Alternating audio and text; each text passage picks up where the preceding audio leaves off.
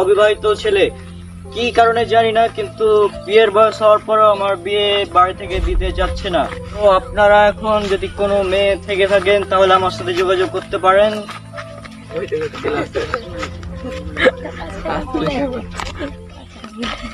প্রিয় এলাকাবাসী, আসসালামু আলাইকুম।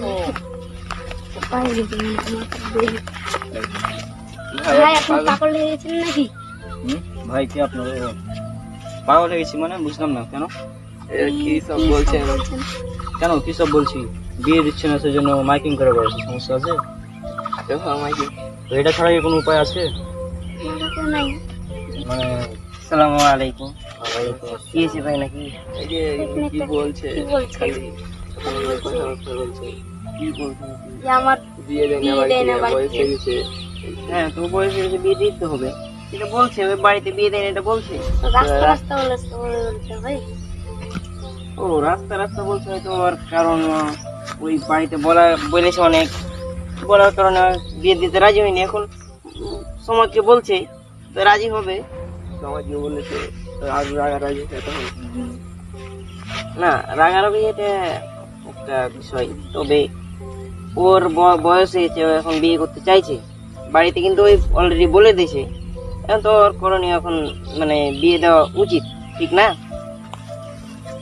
বিয়ে করবে কি, ঠিক আছে, বিয়ে করে সংসার চালাবে বা বউ তো থাকবে কোথায়, খাওয়াবে কি, বা মানে খাওয়াবে।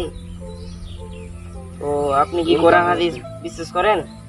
জি কোরআন হাদিস বিশ্বাস করতে তো হবে। আল্লাহ পাক রব্বুল আলামিন কোরআনে কারিমের মধ্যে 11 নম্বর সূরা, সূরা হুদ, এই সূরাতে 6 নম্বর আয়াতে আল্লাহ পাক রব্বুল আলামিন বলেন, ওমা মিন দাব্বাতিন ফিল আরদি ইল্লা আলাল্লাহি রিজকুহা।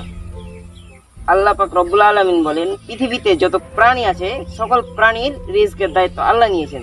তো ওই বউকে খাওয়াবে কি, ওইটা কি ওর দায়িত্ব না আল্লাহর দায়িত্ব? বর্তমান সমাজটা তা মানবে না।